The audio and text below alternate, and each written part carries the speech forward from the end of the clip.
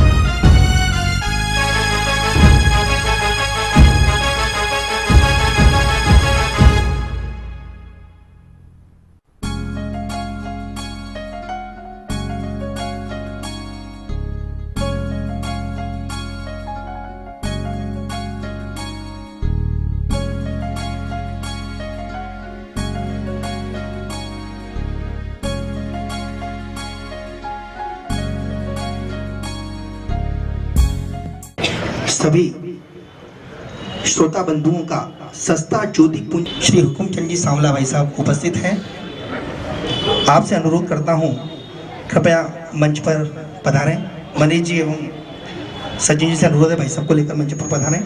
जी धाकड़, आपसे भी अनुरोध है, कृपया मंच पर पधारें।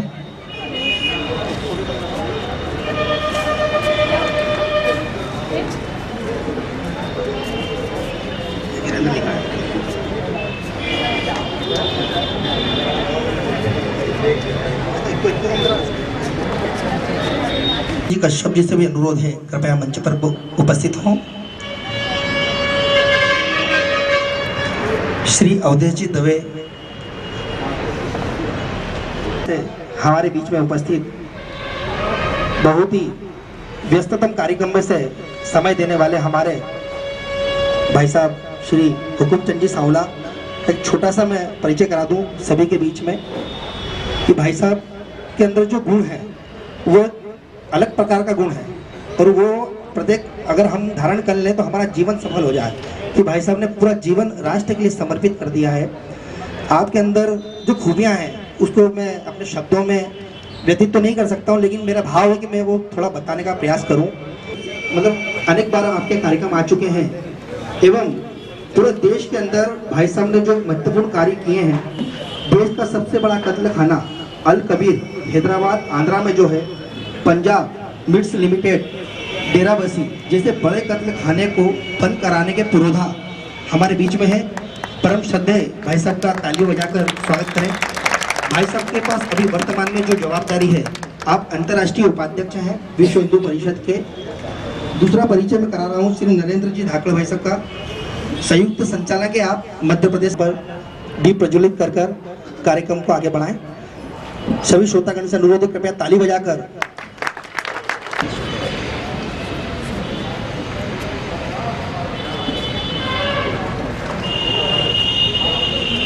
भाई साहब थोड़ा साइड पे हो जाना।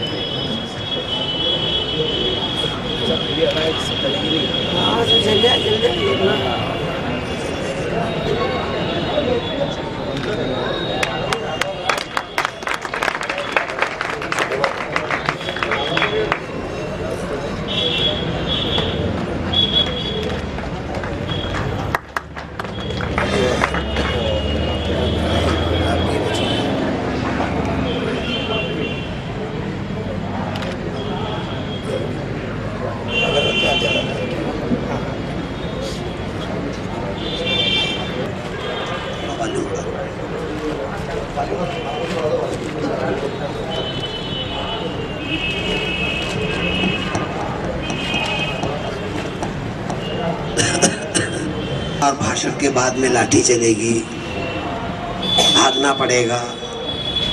इसलिए ऐसी जगह बैठो जहाँ से भागने में सुविधा रहे। इसलिए कुछ बीच में बैठे हुए लोग बाहर किनारे पर चले गए, उनको लगा कि जरा किनारा ठीक रहेगा बाद में। अगर ये सब करवाना ही होगा तो मेरा विश्वास है कि नीचे भी नहीं पहुंच पाओगे आप। परंतु मैं विश्वास दिलाता हूं कि ऐसा कुछ नहीं होगा। एक और निवेदन कि अपना जो मोबाइल है उसे या तो साइलेंट मोड पर डाल दे, या तो मैंने उसमें पढ़ा कि मनीष जी ने व्यवस्था ऐसी की कि एक कार्यक्रम में 2 महापुरुष जोड़ दिए। तो मुझे लगा कि आजकल बाजारवाद के युग में एक के साथ एक फ्री ऐसी व्यवस्था रहती है, उसका अनुसरण किया है। श्रद्धेय मंच, विश्व वंदनीय मातृशक्ति, मेरे देश बंधुओं, धर्म बंधुओं, नौजवान मित्रों, संध्या का ही समय था। 23 मार्च भगत सिंह को 24 मार्च तय की गई थी फांसी के लिए, पर अंग्रेज जानते थे कि अगर 24 को दी तो देश में एक और क्रांति जन्म ले लेगी। इसलिए सारे नियम न्याय को ताक में रखकर 23 मार्च को उन्हें फांसी के फंदे पर झुला दिया। भगत सिंह का कहना है, पिस्तौल और बम के बल पर इनकलाब नहीं आ सकता। इनकलाब की तलवार विचारों के शान पर ही तेज हो सकती है। आज विचार क्रांति इस देश में आवश्यक है, जो भगत सिंह की देन थी, और भगत सिंह को स्मरण करना आज के लिए नितांत आवश्यक है। उस विचार क्रांति के ही अनुरूप हम महाराणा प्रताप के जीवन में प्रवेश करें तो मुझे एक प्रसंग याद आ रहा है, मैं वहां से अपनी बात प्रारंभ करता हूं। इंग्लैंड से चलकर एक अंग्रेज भारत आया। हवाई अड्डे पर उतरा, वहां उसको रिसीव करने के लिए जो लोग गए थे उन्होंने बताया कि ताज होटल में आपके रुकने की व्यवस्था की है। वो ताज होटल में पहुंचा, कमरा निश्चित था, जैसी दिनचर्या तय थी उसके अनुसार सारी व्यवस्थाएं बनी हुई थी। जलपान हुआ, दोपहर भोजन हुआ, दोपहर के बाद की चाय हुई। रात्रि को जब वो भोजन करने के लिए बैठा तो देखता क्या है, जो व्यक्ति सवेरे सेवा कर रहा था वो दोपहर में भी कर रहा था, दोपहर के बाद भी कर रहा था, और रात्रि में भी वही व्यक्ति सेवा कर रहा है। सहज उस अंग्रेज ने उस व्यक्ति से पूछा कि तुम्हारा नाम क्या है। उस व्यक्ति ने अपना नाम बताया। उससे ज्ञात हुआ कि ये कोई मुस्लिम है। अंग्रेज ने अपनी जिज्ञासा शांत करने के लिए उस मुस्लिम से पूछा, क्या आप मुसलमान हैं? बोले जी हाँ। मैंने ऐसा सुना है कि भारत के अंदर जो मुसलमान हैं हिंदुओं से धर्म परिवर्तन कर मुसलमान बने, क्या ये सच है?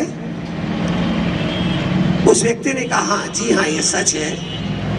भारत के अंदर बहुतांश संख्या हिंदू धर्म को छोड़कर मुस्लिम बने हैं, उनकी है।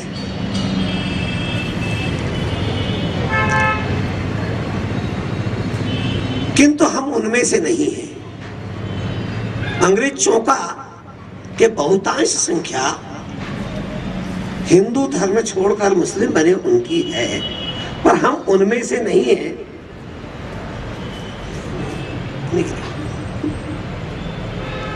उनमें से नहीं है तो आप किन में से हैं?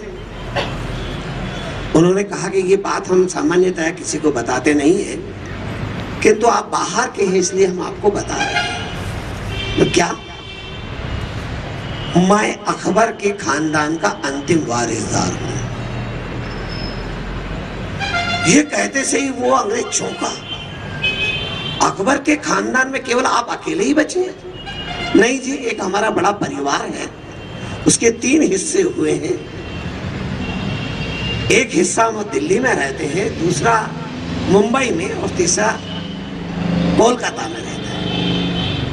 अच्छा, क्या करते हैं? क्या करेंगे साहब? होटल में भोजन बनाते हैं, आए हुए अतिथि को खिलाते हैं, उनसे जो कुछ मिल जाता है उससे जीवन चलाते हैं। उस अंग्रेज को रात भर नींद नहीं आई, रात भर नींद नहीं आई। अंग्रेज बार बार सोच रहा था, जिस भारत पर सम्राट अकबर का शासन रहा हो, उसके वंशजों को आज होटल में भोजन बनाकर अतिथि को प्रसन्न कर झूठे बर्तन धोकर अपनी जीविका चलाना पड़ती है। ऐसा क्यों? और दूसरा प्रश्न उसके मन में उठ रहा था, छोटी सी रियासत मेवाड़ पर राज्य करने वाले राणा प्रताप के वंशज आज विश्व के किसी भी कोने में हो, आज भी वे हिंदुओं के हृदय पर राज्य कर रहे हैं। ऐसा क्यों? ये दो प्रश्न उसके अंतर्मन में चलते रहे। प्रातः काल होते होते उसने एक अग्रलेख लिखा, ऐसा क्यों? संपूर्ण भारत पे जिसका साम्राज्य रहा, उस अकबर के खानदान के लोगों को आज खाना बदोश का जीवन क्यों जीना पड़ रहा है? छोटी सी रियासत मेवाड़ पर राज्य करने वाले राणा प्रताप के वंशज आज भी हिंदुओं के हृदय पर राज्य कर रहे हैं। ऐसा क्यों? ऐसा अग्रलेख उसने लिखा, इंडियन एक्सप्रेस में ये छपने के लिए दिया। फैसले लम्हात के मुल्क पर भारी हो गए, फैसले लम्हात के मुल्क पर भारी हो गए, बाप तो थे हाकिम इनके, ये बेटे भिखारी हो गए, ये बेटे भिखारी। क्यों हुआ ऐसा? एक प्रश्न आकर मुझे एक दूसरा और प्रसंग सुनाना चाहता हूं। राजस्थान की सरकार ने महाराणा प्रताप पर एक डॉक्यूमेंट्री फिल्म बनाने की योजना की। डॉक्यूमेंट्री फिल्म बनाने की योजना की। फिल्मी डिवीजन के लोगों को बुलाया और कहा कि महाराणा प्रताप पर ऐसा वृत्त चित्र तैयार करो जो यथार्थ के अनुकूल हो, जिसमें सच्चाई हो, तथ्य हो, सत्य हो और एक दिव्य दृश्य उसमें से उपस्थित हो, जिससे भावी पीढ़ी को प्रेरणा मिल सके। अब मन में विचार आया कि राणा प्रताप जैसा आदमी ढूंढना चाहिए। राणा प्रताप जैसा आदमी, ऐसी देह यष्टि, उन्नत मलाट, बड़ी बड़ी मूछें, पाट जैसी छाती, ऐसा व्यक्ति चाहिए था। भारत में प्रयत्न किया मगर नहीं मिला उन्हें। तो किसी ने उन्हें सलाह दी कि आप ये सेना है, मिलिट्री, इसमें संपर्क करो, शायद वहां मिल जाए। सेना के लोगों से संपर्क किया गया तो उन्होंने कहा कि भाई तुमको आदमी चाहिए तो कैसा चाहिए? उन्होंने कहा भाई अभी तक जो पढ़ा है उस आधार पर प्रताप की ऊंचाई 6 फीट के लगभग थी, ऐसी ऊंचाई। प्रताप का सीना 57 इंच का था, ऐसी पाट जैसी चौड़ी छाती, ऐसी देह यष्टि का व्यक्ति हमें चाहिए। मिलिट्री के लोगों ने कहा कि एक 6 माह पहले एक व्यक्ति ऐसा था हमारे यहाँ, वो अभी सेवानिवृत्त हो गया है, आप ऑफिस में से अगर उसका पता ले लेंगे तो शायद मिल सकता है। उसका पता वगैरह ले करके उस गांव में फिल्मी डिवीजन के लोग पहुंचे, उसके घर पहुंचे। दोपहर का समय था, बड़ी लंबी चोटी तखत के ऊपर वो लेटा हुआ था। आवाज लगाई, एकदम जब बैठा हुआ, फिल्मी डिवीजन के लोग प्रसन्न गए, वाह व्यक्ति तो मिल गया भाई। तो बड़ी बड़ी मूछें, बड़ा उन्नत ललाट, बड़ा तेज यष्टि वाला व्यक्ति, ऊंचाई भी लगभग वैसी थी। भाई क्यों आए आप? हम महाराणा प्रताप पर एक फिल्म बनाना चाहते हैं, आपको महाराणा प्रताप का किरदार निभाना होगा। क्या करना पड़ेगा? उदयपुर चलना पड़ेगा और जो राणा प्रताप के वस्त्र शस्त्र जो कुछ हैं उनसे हम आपको सजाएंगे और एक फिल्म बना लेंगे, बस फिर उसको हम डेवलप कर लेंगे। चलो। वहां से वो चले, उदयपुर आए। उदयपुर के संग्रहालय से प्रताप के सारे वस्त्र शस्त्र सब निकाले गए, उनका कवच निकाला, प्रताप का कवच पहनाया, अंदर ऊपर कुर्ता डाला, कुर्ता डालने के बाद जिरहा बख्तर पहनाए, उसे बना हुआ कुर्ते जैसा रहता है, आपने प्रताप का चित्र देखा होगा तो उसमें ध्यान में आया होगा। भुजबंद,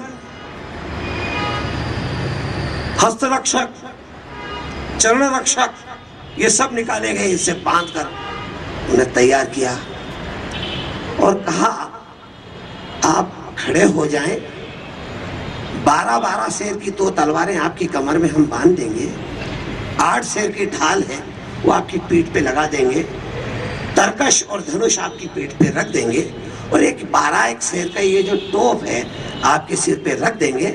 भाला तो खैर आप उठा नहीं पाओगे, आप उसको हाथ लगा लेना, फिल्म हम डेवलप कर लेंगे।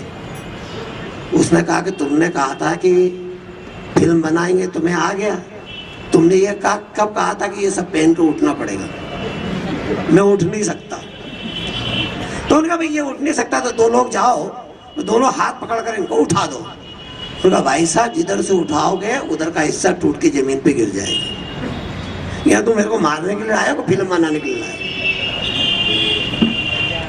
जिरहा बख्तर, कवच, टोप, तलवारें, ढाल, नेजे, धनुष, बाण, भाला, इन सब का वजन कोई ज्यादा नहीं था, लगभग 265 किलो के आसपास होगा, ज्यादा नहीं था। मैं ये कहना चाहता हूं कि एक तो ये वजन और फिर प्रताप का स्वयं का वजन, उस जिस घोड़े पे बैठते होंगे उस घोड़े की ताकत कितनी होगी ये विचार करना पड़ेगा। सामान्य घोड़े पर बैठ जाए तो लीद निकल पड़ेगी उसकी।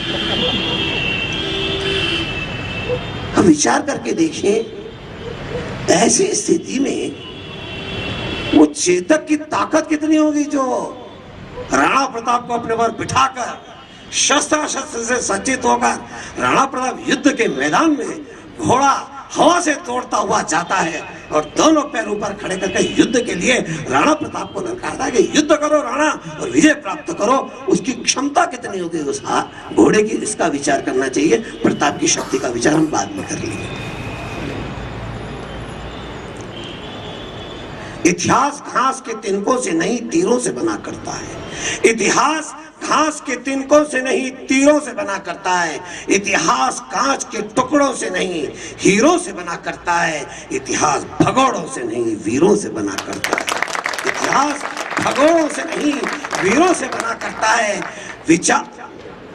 विचार मात्र हड्डियों के ढांचों से नहीं विचारों के पुंज से बना करता है। इतिहास मात्र हड्डियों के ढांचे से नहीं विचारों के पुंज से बना करता है। महाराणा प्रताप इस देश पर एक विचार थे। जिन लोगों ने राणा प्रताप को पढ़ा होगा उनको मैं स्पष्ट कर देना चाहता हूं, महाराणा प्रताप के जीवन का संघर्ष हिंदू मुसलमान के जीवन का संघर्ष नहीं था। अगर लोग ये मानते हैं कि वो हिंदू मुसलमान की लड़ाई थी, नहीं थी। ईर्ष्या द्वेष की लड़ाई थी, नहीं थी। भूमि भवन की लड़ाई थी, नहीं थी। मान अपमान की लड़ाई थी, नहीं थी। धर्म अधर्म की लड़ाई थी, सत्य असत्य की लड़ाई थी, जीवन मूल्यों को प्रस्थापित करने की लड़ाई थी। भारतीय जीवन मूल्य किसको कहते हैं? जीवन मूल्य आज के युवा को समझना चाहिए। जीवन मूल्य किसको कहते हैं? स्वधर्म, स्वाभिमान, स्वाधीनता, ये जीवन मूल्य होते हैं। और जो जीवन मूल्यों के लिए लड़ते हैं वे ही इतिहास में अमर होते हैं और भावी पीढ़ी के लिए वो वंदनीय और पूजनीय होते हैं। भगत सिंह लड़े, जीवन मूल्यों के लिए लड़े। शिवाजी लड़े, जीवन मूल्यों के लिए लड़े। राणा प्रताप लड़े, जीवन मूल्यों के लिए लड़े। चंद्रशेखर आजाद लड़े, जीवन मूल्यों के लिए लड़े। राम लड़े, जीवन मूल्यों के लिए लड़े। कृष्ण लड़े, जीवन मूल्यों के लिए लड़े, जीवन मूल्यों की प्रस्थापना के लिए लड़े। और आज भी जो संगठन जीवन मूल्यों की प्रस्थापना के लिए लड़ रहे हैं, संघर्ष रहते हैं, वे आज भी इतिहास में अमरता का अपना संदेश दे रहे हैं। राष्ट्रीय स्वयंसेवक संघ जीवन मूल्यों के लिए संघर्ष कर रहा है, आर्य समाज जीवन मूल्यों के लिए संघर्ष कर रहा है, गायत्री परिवार जीवन मूल्यों के लिए संघर्ष कर रहा है। उन्हीं की प्रस्थापना स्वधर्म, स्वाभिमान, स्वाधीनता, ये जीवन मूल्य और भी हैं, पर उनकी आज आवश्यकता है, परंतु इस समय में व्याख्यान में उनका उल्लेख नहीं कर रहा हूं। इन जीवन मूल्यों को प्राप्त करने के लिए 3 मंत्र हैं। पहला मंत्र है जन जागरण, दूसरा मंत्र है जन संगठन और तीसरा मंत्र है जन समर्पण। जन जागरण, जन संगठन और जन समर्पण। राम ने रावण के विरुद्ध जन जागरण किया, भील, नर, वानर, कोल, किरात इनका जन संगठन खड़ा किया और दुर्दांत रावण से लड़ने के लिए अपने जीवन प्राणों का समर्पण करने वाला भाव जगाया। वे इतिहास में अमर नहीं हुए, इतिहास में वो वंदनीय और पूजनीय हो गए। कृष्ण ने भी दुष्ट शक्तियों के विरुद्ध जागरण किया, जन संगठन खड़ा किया, जन समर्पण का निर्माण किया। भगत सिंह ने, चंद्रशेखर आजाद ने, शिवाजी ने, राणा प्रताप ने, इन सब ने, गुरु गोविंद सिंह ने, इन सब लोगों ने भी यही कार्य किया कि आज दृश्य हमारे सामने जीवन मूल्य। मित्रों, प्रताप के जीवन में हम प्रवेश करें उसके पहले ये विचार करना पड़ेगा कि ये वंश कौन है, कहां से आए। भगवान श्री राम के 2 पुत्र लव और कुश, कुश की 61वीं पीढ़ी में सौमित्र नाम के राजा हुए। कुश की 61वीं पीढ़ी में सौमित्र नाम के राजा हुए। उनके पुत्र हुए गुहिल, इसलिए गहलोत कहलाए। इनको सिसोदा की जागीर मिली, इसलिए सिसोदिया कहलाए। अभी भी सिसोदा ग्राम है, उदयपुर में से 16 किलोमीटर पर वह सिसोदा ग्राम आज भी स्थित है, जहां से सिसोदिया निकले हैं।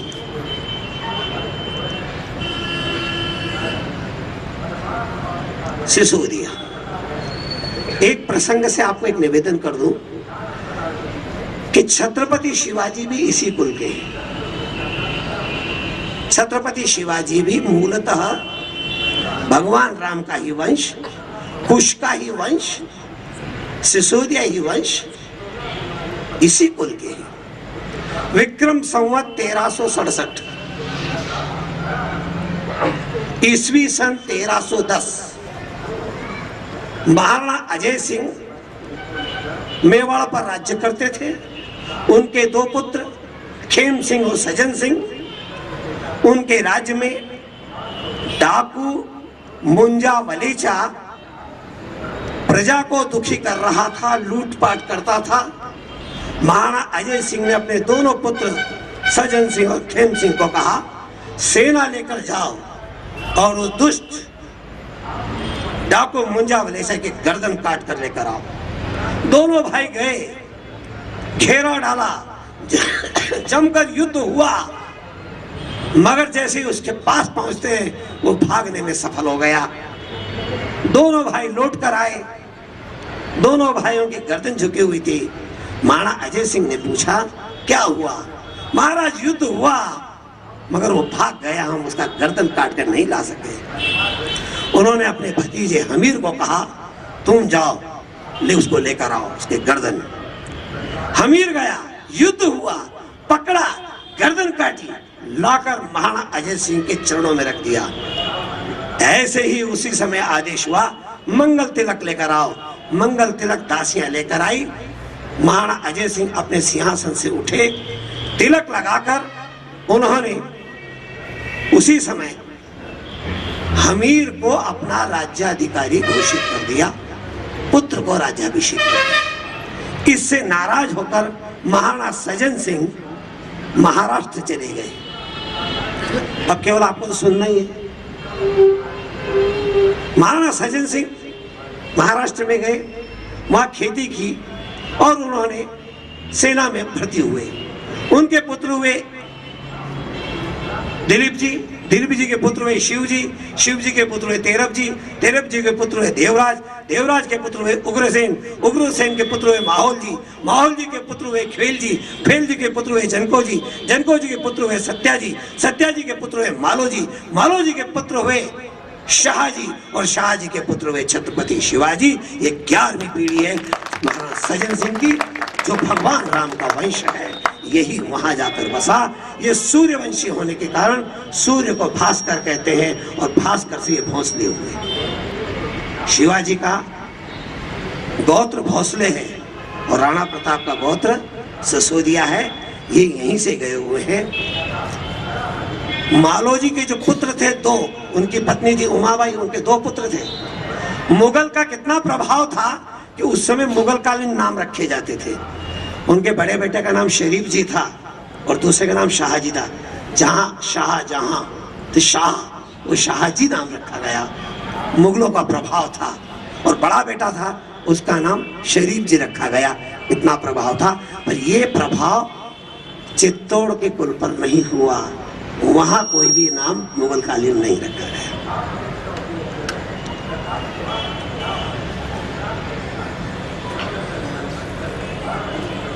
चले प्रताप के जीवन में प्रवेश करें, उसके पहले महाराणा उदय सिंह जी से प्रारंभ करते हैं, जो प्रताप के पिताजी। श्रावण का मास था, कुंभलगढ़ के किले पर महाराणा छत पर घूम रहे थे। उसके पहले घनघोर वर्षा हुई थी, सारा वातावरण एकदम मनोरम हो चुका था।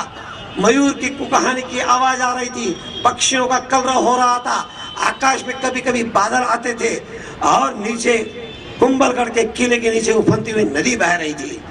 महाराणा उदय सिंह जी ने एक चक्कर लगाया किले की छत का, निगाह नीचे गई। नदी के किनारे पर एक 13-14 वर्ष की लड़की खड़ी हुई है। उसके आजू बाजू में 2 गाय के बछड़े हैं, सर पर एक टोकरा है।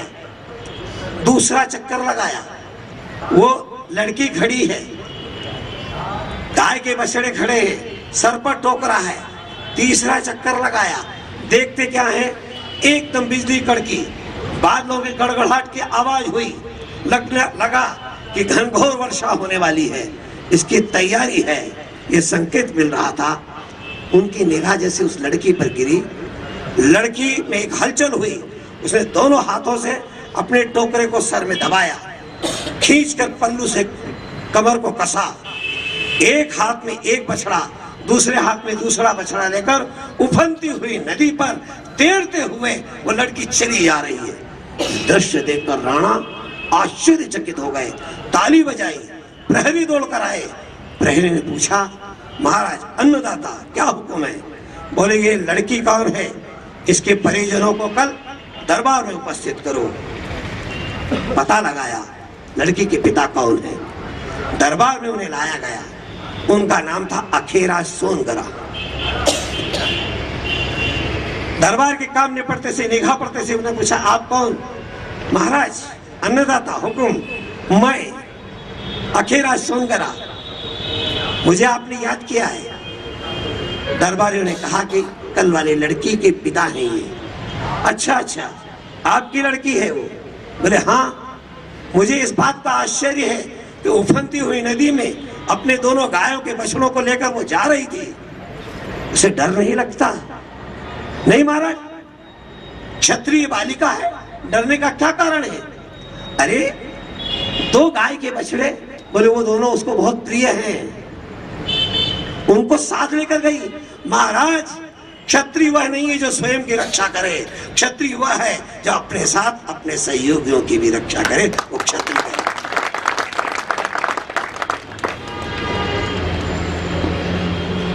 थोड़ी देर चर्चा चली रही थी, महाराणा अपने सिंहासन से उठे और सीधे अखेराज जी सोनगरा के सामने जाकर खड़े हो गए। दोनों हाथ जोड़कर कहने लगे, अखेराज जी, मेवाड़ के भावी भविष्य के लिए मेवाड़ का महाराणा आपकी पुत्री का हाथ चाहता है। अखेराज जी खड़े हो गए, महाराज में एक छोटा सा सामंत और आप इतने बड़े महाराणा, ये संभव नहीं है। नहीं, ये तो आपको स्वीकार करना पड़ेगा। सारे दरबारियों ने आग्रह किया, हाँ करना पड़ी। जिस बालिका के साथ उनका विवाह हुआ उसका नाम था जयवंती। महाराणा उदय सिंह जी के 20 विवाह हुए, 20 रानियां थी, 25 पुत्र थे उनके, 20 पुत्रियां थी उनको। सबसे पहली रानी का नाम जयवंती था। राणा प्रताप की भी 11 शादियां हुई थी, 17 पुत्र थे, 5 या 13 पुत्रियां थी, दोनों का उल्लेख मिलता है। उस जमाने में परिवार नियोजन नहीं था,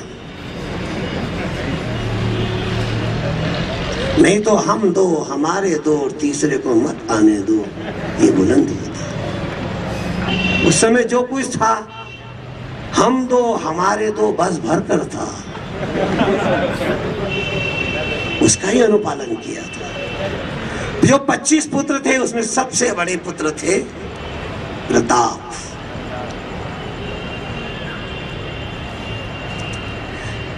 पिता से उपिन की माता, उनकी जो नवी रानी थी भीटी रानी, उदय सिंह जी उससे ज्यादा प्यार करते थे, इसलिए माता जयवंती प्रताप की माता जी उपेक्षित थी, इसलिए सामान्यतया कुंभलगढ़ के किले में रहती थी।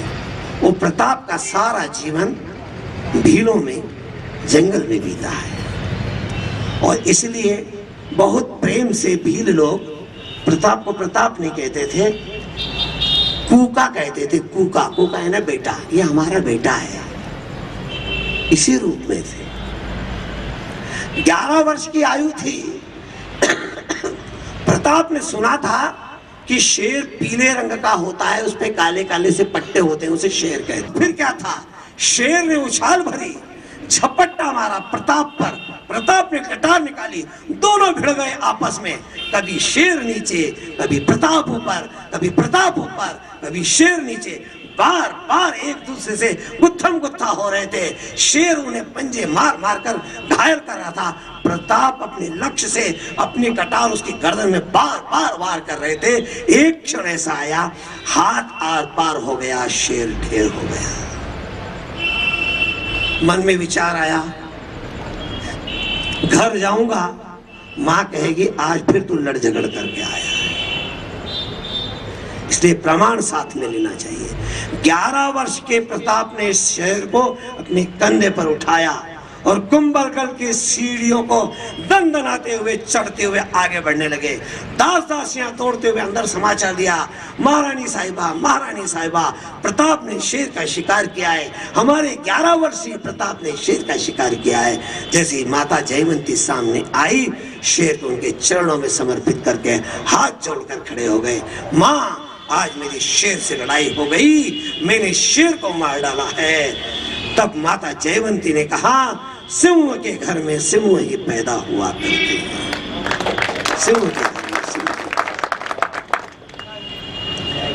तब प्रश्न किया प्रताप ने कि मां, हम यहाँ जंगल में क्यों रहते हैं? बेटे, दिल्ली के तख्त पर बैठा हुआ बादशाह मेवाड़ धरती को पराधीन करना चाहता है। तुम्हारे पिता युद्धरत रहते हैं, इसलिए हमें जंगल में निवास करना पड़ता है। माँ, आपके चरणों की सौगंध खाकर कहता हूँ, दिल्ली के तख्त पर बैठने वाले को तुर्क कहूंगा, बादशाह नहीं कहूंगा।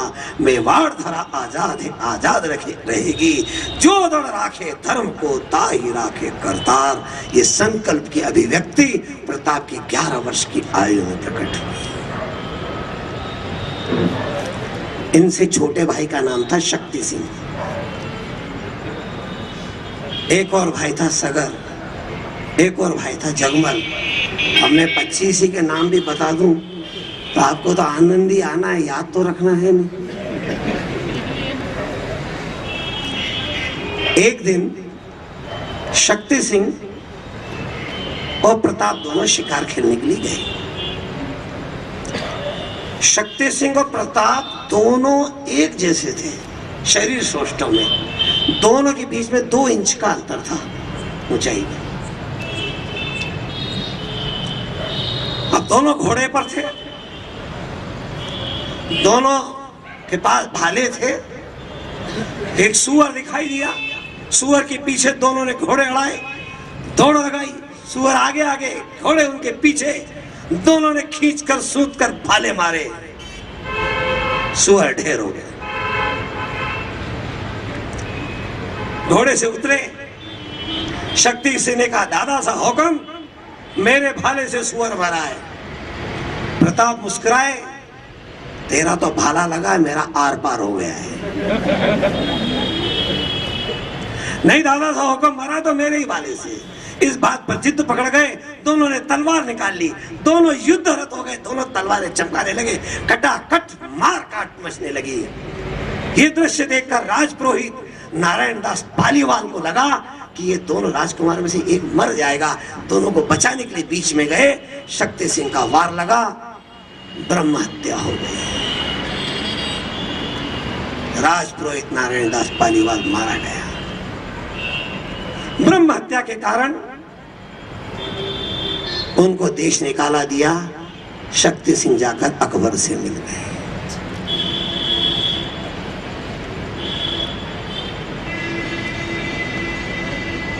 मित्रों, कहानी को और आगे बढ़ाया जा सकता है, पर मैं नहीं बढ़ाऊंगा। चलिए हम प्रताप के जीवन में प्रवेश करें। जयवंती के पुत्र प्रताप, 1540 में इनका जन्म हुआ और 1597 में वे महाप्रस्थान कर गए। 57 वर्ष जिए थे।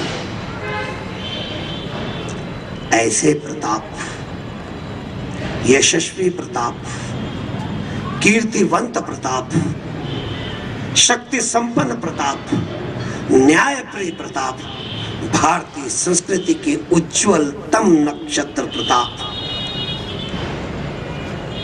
उनके जीवन में प्रवेश करें उसके पहले थोड़ा सा काव्य का आनंद हम लें। प्रताप इस देश की निशानी थी। निशानी किसको कहते हैं? हम जब कोई वस्तु किसी को देते हैं, वो अपने पास श्रद्धा से रखता के तक साहब ये उनकी निशानी है। देने को दुनिया देती है, लेने को दुनिया लेती है। देने को दुनिया देती है, लेने को दुनिया लेती है।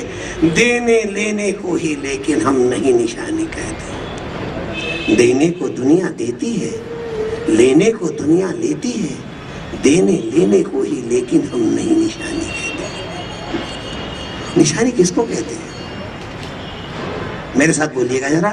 देने को दुनिया देती है, लेने को दुनिया लेती है।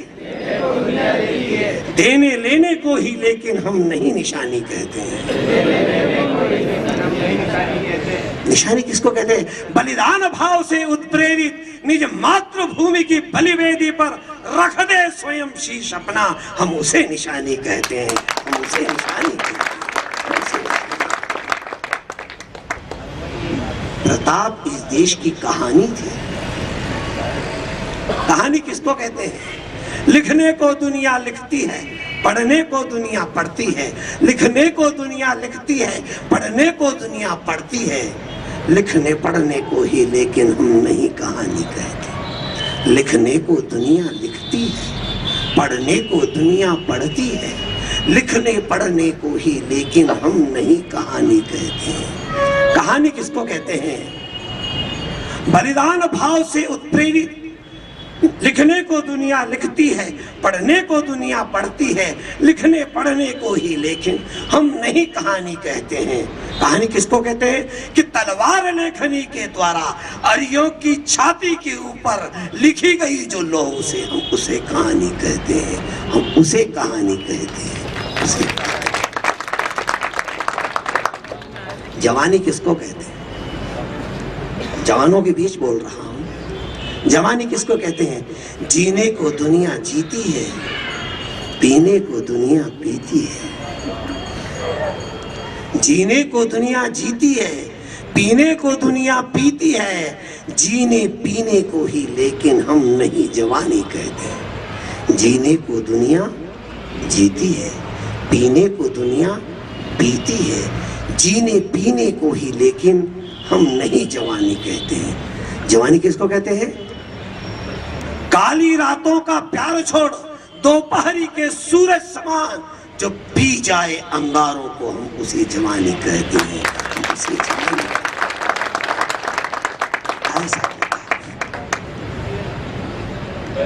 ऐसे प्रताप जब 1572 में राज्याभिषेक हुआ, होली के दिन, होली आ रही है, राज्याभिषेक हुआ, उस कहानी में भी नहीं जाते हैं। जब राज्याभिषेक हो गया, महाराणा उदय सिंह चले गए, ये शमशान में गए थे। बड़ा पुत्र शमशान में नहीं जाता है राज परंपरा के अनुसार, पर ये गए थे क्योंकि जो भीटी रानी थी, उनका जो पुत्र था जगमल, उसको भीटी रानी मेवाड़ का महाराणा बनाना चाहती थी। प्रताप संघर्ष नहीं चाहते थे, इसलिए उन्होंने कहा जो तुमको करना करो, मैं इस चक्कर में नहीं पड़ूंगा। इसलिए उदय सिंह जी के दाह संस्कार में वो गए। तब भील सरदार दौड़ते हुए आए, सोनगरा सरदार दौड़ते हुए आए। उन्होंने कहा ये क्या हो रहा है? राजमहल में जगमल को राजा बनाया जा रहा है, जिसकी उम्र 8 साल की है और दिल्ली छाती पर खड़ा हुआ है, कभी भी हमला कर देगा। मेवाड़ का क्या होगा? अगर कोई महाराणा मेवाड़ का कोई महाराणा बन सकता तो प्रताप ही बन सकता है। सारे सरदारों ने विद्रोह कर दिया। शमशान भूमि में ही प्रताप को राज तिलक किया गया। जब महल में जब उन्होंने प्रवेश किया तो जगमल राज सिंहासन पर बैठे हुए थे। उस समय सोनगरा सरदार, राठौड़ सरदार, सोलंकी सरदार ये गए। उन्होंने कहा राजकुंवर के बैठने की व्यवस्था सामने होती है, तुम राजकुंवर हो, मेवाड़ का महाराणा प्रताप है, तुम उठो यहां से। और जगमल को उठाकर सामने बिठा दिया और सब सरदारों ने जय जयकार करते हुए जय एक लिंग का नारा लगाते हुए प्रताप को राज सिंहासन पर बिठाया। जगमल नाराज होकर अकबर बादशाह के साथ जाकर मिल गया।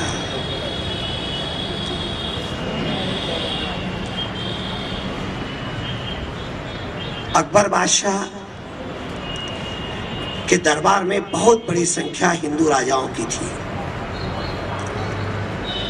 उनको ये न लगे कि हम मेवाड़ धरती को छीनना चाहते हैं, इसलिए बाकी राजाओं ने जैसे अधीनता स्वीकार कर ली, ऐसे मेवाड़ भी अधीनता स्वीकार कर ले। इस बात को समझाने के लिए सितंबर 1572 में जलाल खां कोरची पहला दूत संधि प्रस्ताव लेकर प्रताप के दरबार में उपस्थित हुआ। उन्हें युक्ति बुद्धि सब प्रकार से प्रताप को समझाने का प्रयत्न किया। बड़े बड़े राजमहल अकबर बादशाह के चरणों में झुक गए हैं, आप भी अधीनता स्वीकार कर लो। उन्होंने मना कर दिया।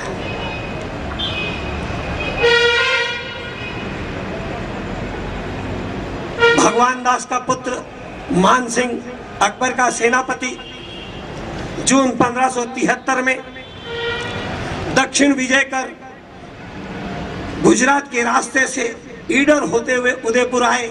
उदयपुर के उदय सागर पाल पर प्रताप ने उनका सम्मान किया। उन्होंने दूत बनकर प्रताप को समझाने का प्रयत्न किया। बड़े बड़े राजवंश अकबर बादशाह के दरबार की शोभा है, हम चाहते हैं मेवाड़ भी वहां की शोभा बढ़ाए। प्रताप ने कहा ये मेरे लिए संभव नहीं है मान सिंह, आप व्यर्थ का प्रयत्न न करें। संध्या को भोजन का समय था। चूंकि राजा भगवान दास थे, उनका पुत्र था मान सिंह, और ये सेनापति था और इस समय वो दूत बनकर आया था, इसलिए एक राजा दूत के साथ भोजन नहीं कर सकते, स्टेटस के आधार, स्तर के आधार पर। इसलिए उन्होंने अपने पुत्र अमर सिंह को भेजा कि जाओ मान सिंह के साथ भोजन करो। भोजन की व्यवस्था की गई थी।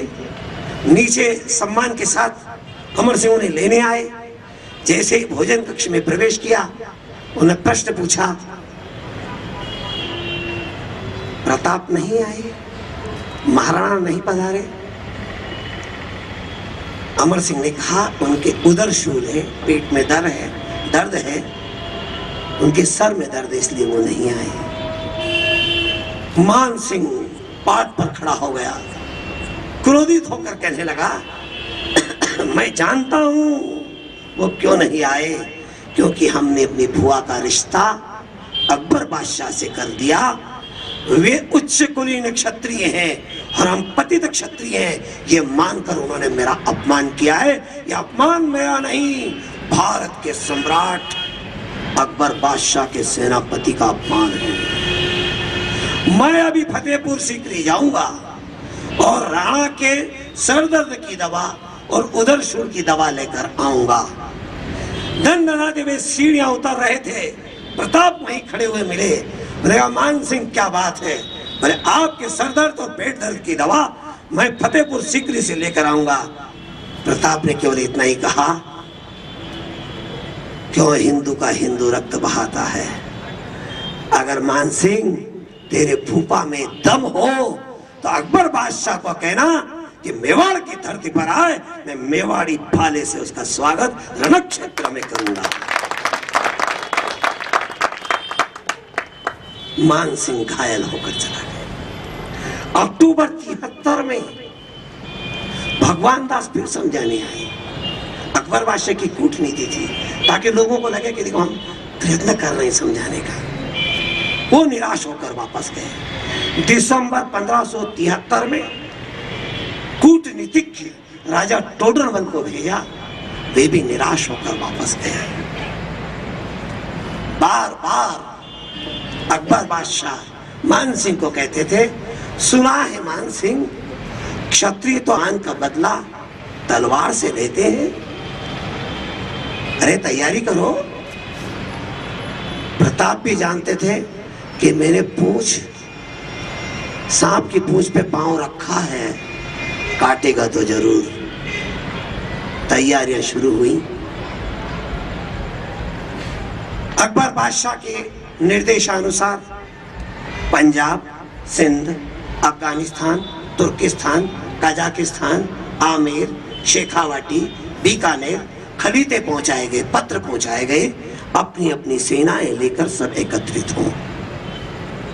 प्रताप भी जानते थे युद्ध तो होगा, इसलिए उन्होंने सलूम्बा, सरदारगढ़, सादड़ी, बदनौर, केवले, कानौड़, ईडर, मेरपुरा, ग्वालियर संदेश भेजे, अपनी अपनी सेनाएं लेकर आओ। सब तरफ से सेनाएं आना शुरू हुई।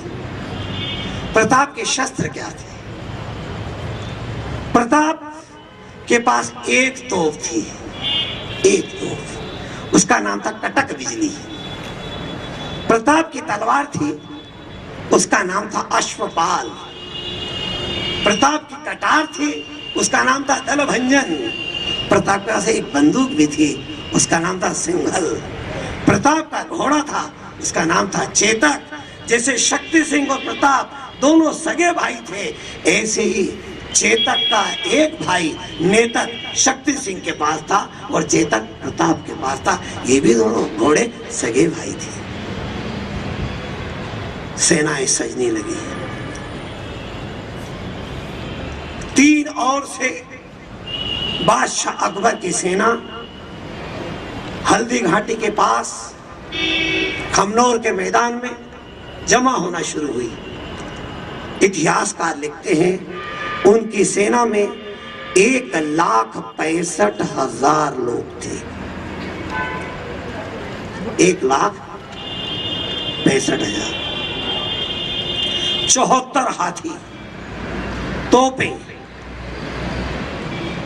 कड़ाबी, जमूरखे, बंदूकें, तलवारें, घुड़सवार, नेजे से लड़ने वाले, भालों से लड़ने वाले, ऐसी सेना थी उनकी। प्रताप के पास 11 हाथी। प्रताप का प्रिय हाथी राम प्रसाद, दूसरा प्रिय हाथी लोना। अकबर बादशाह का हाथी गजयुक्ता, रणमदार, गजराज, ऐसे प्रशिक्षित हाथी। जब जब भी संधि प्रस्ताव आते थे तो वो एक बात कहते थे कि आप वहां आ जाएं दरबार में, आपकी कुर्सी सुरक्षित है। बस एक काम कराना होगा, आपके घोड़े के पुट्ठे के ऊपर एक सील लगवाना होगी। गरम करके लोहा चिपका दिया जाता था, वहां के बाल जल जाते थे, तो उससे पता लग जाता था कि ये गुलाम का घोड़ा है। तो घोड़ा धगवाना होगा और राम प्रसाद नाम के हाथी को हमको देना पड़ेगा। कि हर संधि प्रस्ताव में मांगते थे। प्रताप तो कहते थे संधि प्रस्ताव की बात तो बात है कि मैं जब स्वीकार करूं, मुझे संधि करना ही नहीं, देने लेने की बात तो उसके बाद की बात। प्रताप की सेना में शस्त्र क्या है? तलवारें, भाले, बर्छियां, तीर, कामठे, गोफन, गिलोल। आप में सच बताओ, किसी ने गोफन देखी है क्या? गिलोल देखी है क्या? ये उस समय के शस्त्र थे उनके पास।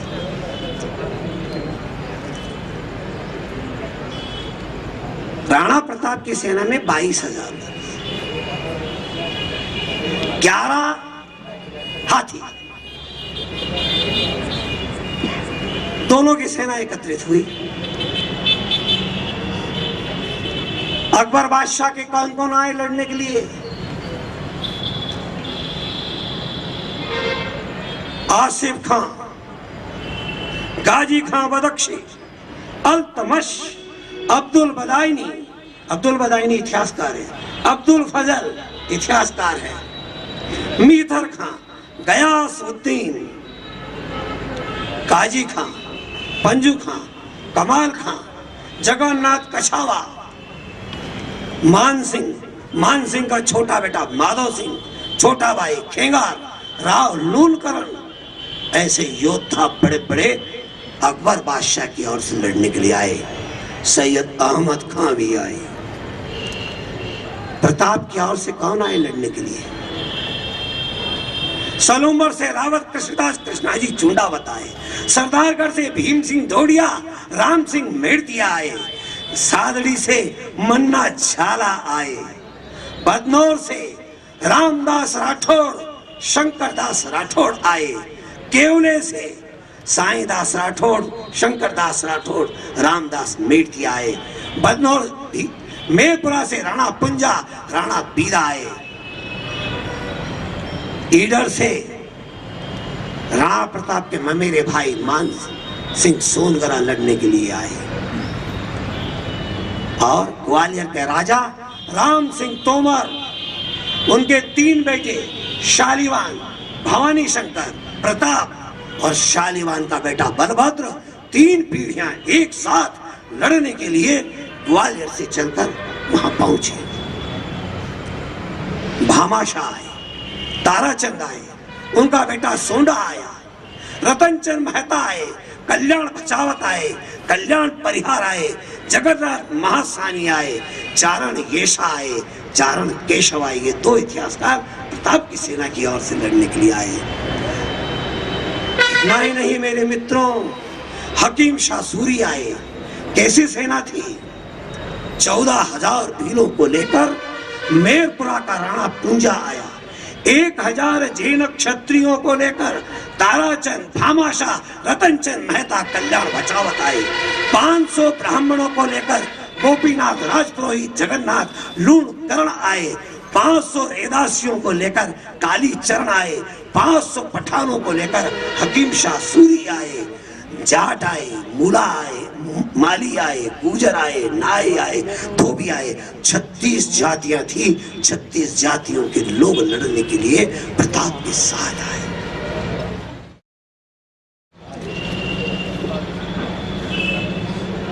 जून 1576 हल्दी घाटी के मैदान में प्रताप ने व्यूह रचना की। लड़ाई होगी तो हल्दी घाटी के अंदर होगी, मैदान में। इसलिए सारी सेना को ऊपर सजा दिया गया। भीलों ने व्यूह रचना की। बड़ी बड़ी चट्टानों में पत्थर की ओट लगाकर चट्टानें खड़ी कर दी। पेड़ आधे आधे काट कर खड़े कर दिए। गोफन के लिए पत्थरों की व्यवस्था कर ली गई। चट्टानों को पत्थर क्यों लगाए गए? जब तक लड़ेंगे लड़ेंगे और नहीं लड़ पाए तो चट्टानों को गुड़का कर इनको साफ कर देंगे। इनके घोड़े आगे बढ़ेंगे तो पेड़ आधे आधे काटे हुए हैं, इनको धक्का लगाकर गिराकर इनके रोड़ा खड़ा कर देंगे, आगे नहीं बढ़ने देंगे। यूं रचना की। और रात होती थी कि भील अपनी गुफा में पत्थर लेते और वर्षा करते थे। भड़ाभट पत्थर आते थे, इनके तंबू रात को उखड़ जाते थे, दिखाई देते नहीं थे। और पत्थर भी ये नीचे से नहीं मारते थे, पेड़ पर चढ़कर। तेज निगाह से देखने वाले भीलों को ऊपर चढ़ाया गया, जो रेडार का काम करते थे। सेना कहाँ है, किस स्थिति में है, हाथी किधर है, घोड़े किधर है, तोपे किधर है, वहीं से वो ब्रॉडकास्ट करते थे और इनकी सेना को समाचार मिल जाता था। उधर 74 हाथी एक साथ खड़े किए गए, सांकल से बांधकर। उनके आगे तोपों को लगाया गया, तोपों के पीछे हाथी, हाथी के पीछे कड़ाबीन, हल्के चूलदार चलने वाली जो बंदूकें हैं, जमूर्खे, उनको जमीन में गाड़ दिए गए। उनके पीछे ऊंट, ऊंटों के पीछे घोड़े, घोड़ों के पीछे बीच हाथी पर मान सिंह, एक और राव लूणकरण, दूसरे और आसिफ खां, पूर्णतः सज्जित। 15 जून को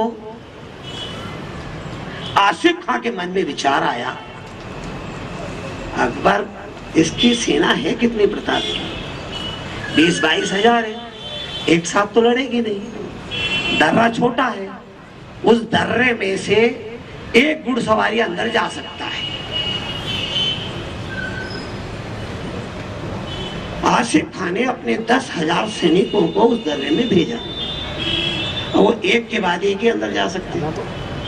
वो अंदर आते और प्रताप की सेना के लोग तैयार थे, अंदर आए नहीं, खच्चे से गर्दन काट देते। या घोड़ा कटे या आदमी कटे, कटना चाहिए, ये क्रम था।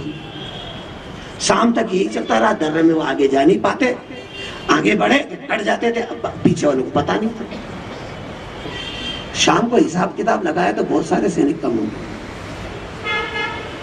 आसिफ खान ने दूसरे दिन फिर 10,000 दिए, 16 को, उसमें भी कई मारे गए। आसिफ खान बहुत नाराज हुआ मान सिंह पर। मान सिंह, मेरे 20,000 सैनिक मारे गए या घायल हो गए। बोले जीत का सेहरा बनाने की खुजली तुमको, मुझे नहीं है। मुझसे पूछा क्या, तुमने भेजे? बोले तुम्हारे लोग भेजो। तब उन्होंने अपने चाचा जगन्नाथ कछाओ को कहा, कछुवैया ठाकुर लड़ने गए, वो जानते थे कि अगर दर्रे में गए तो वापस नहीं आएंगे, इसलिए वो पहाड़ी के मुहाने पर गए, घाटियों में बंदूकें खाली की और वापस आ गए, एक भी नहीं मारा, क्यों? लड़ाई ना। इधर प्रताप ने जब बैठक की तो सरदार सारे गर्म हो गए। फिर सरदार कहने लगे, मारना वो अंदर आएंगे ही नहीं और हमारी तलवार अपनी प्यास बुझाएगी नहीं। आप तो अनुमति दो, हल्दी घाटी के मुहाने से बाहर लड़े, उसके बाद ही युद्ध होगा। प्रताप भी जानते थे कि इनके जासूसों ने समाचार दिया है, वो अंदर नहीं आएंगे। प्रातः काल 18 जून को लगभग 7-7:30 बजे के लगभग प्रताप ने अकबर बादशाह के घोड़ों को सामने के ढलान पर चढ़ते हुए देखा। इनने अपने घोड़े को एड़ लगाई, उनके पास पहुंचे, फटाफट तलवार से 5-25 को काटा, 5-50 को घायल किया, ताकि समाचार पहुंच जाए, अपने घोड़े सहित वापस आ गए। जैसे ये घायल वहां पहुंचे, इन्होंने कहा कि प्रताप को लड़ते हुए देखा। मान सिंह ने कहा, आज युद्ध जरूर होगा।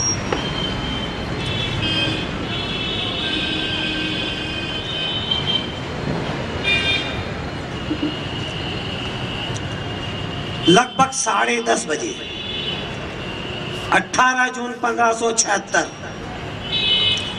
प्रताप को अपनी व्यूह रचना बदलकर अंदर वाले मैदान को छोड़कर बाहर पहाड़ी के मुहाने पर आना पड़ा। आमने सामने सागर के समान लहराती हुई अकबरी फौज को देखा और फिर अपने नौजवान साथियों को देखा। हकीम शाह सूरी आगे बढ़ा, उन्होंने कहा महाराणा, मैं भी क्षत्रिय हूं और हूं मुस्लिम धर्म से, उससे क्या होता है, आप आदेश करें। मैं हरावन में प्रथम पंक्ति में युद्ध करना चाहता हूं। कहा ठीक है, तुम्हारी इच्छा पूरी हो गई। उसी समय उन्होंने अपने राम प्रसाद हाथी को निर्देश किया, राम प्रसाद को छोड़ो। राम प्रसाद रबड़ की भांति उछलता हुआ, कूदता हुआ सेना के सामने से बाहर निकलकर उनके हाथियों से भिड़ती है, गजयुक्ता से भिड़ा, गजराज से भिड़ा और दोनों पैरों को आगे लगाकर जहां तोपों की सांकल थी उसे खींचते हुए, तोप के मुंह अंदर की तरफ खींचते हुए आगे बढ़ा। महावत को गोली लगी, इसके महावत मारा गया, राम प्रसाद पराधीन हो गया। प्रताप ने दृश्य देखा, उनका लोना को छोड़ो, लोना झपटा, लोना उछलता हुआ, कूदता हुआ। तोप चले तो किधर चले, तोप के मुंह अंदर की तरफ थे। तोपची देख रहे थे तोप चलाएं, हमारी सेना मारी जाएगी। वो उनके मुंह सीधे करे, तब तक तो लोना ने गजयुक्ता को पछाड़ा, गजराज को पछाड़ा, रमदार को पछाड़ा, भिड़ गया। क्या था, रास्ता बन गया। प्रताप की सेना झपट कर दौड़ी, हकीम शाह सूरी आगे बढ़कर काटते हुए आगे बढ़ा। राजपूती सेना ने अपना जोहर दिखाना किया, प्रारंभ किया। सर काटे जा रहे थे, हाथ काटे जा रहे थे, घोड़े काटे जा रहे थे, हाथी धराशायी हो रहे थे, जो मिलता था काटता था। राजपूती सेना छातियों पर पैर रखकर दौड़ लगाना शुरू की।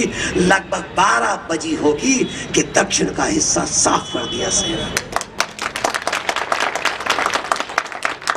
लगभग 12:30 बजे के लगभग 1000 जैन क्षत्रियों का लेकर ताराचंद भामाशाह अपने पुत्रों के साथ टूट पड़ा मैदान में, बाया हिस्सा साफ कर डाला।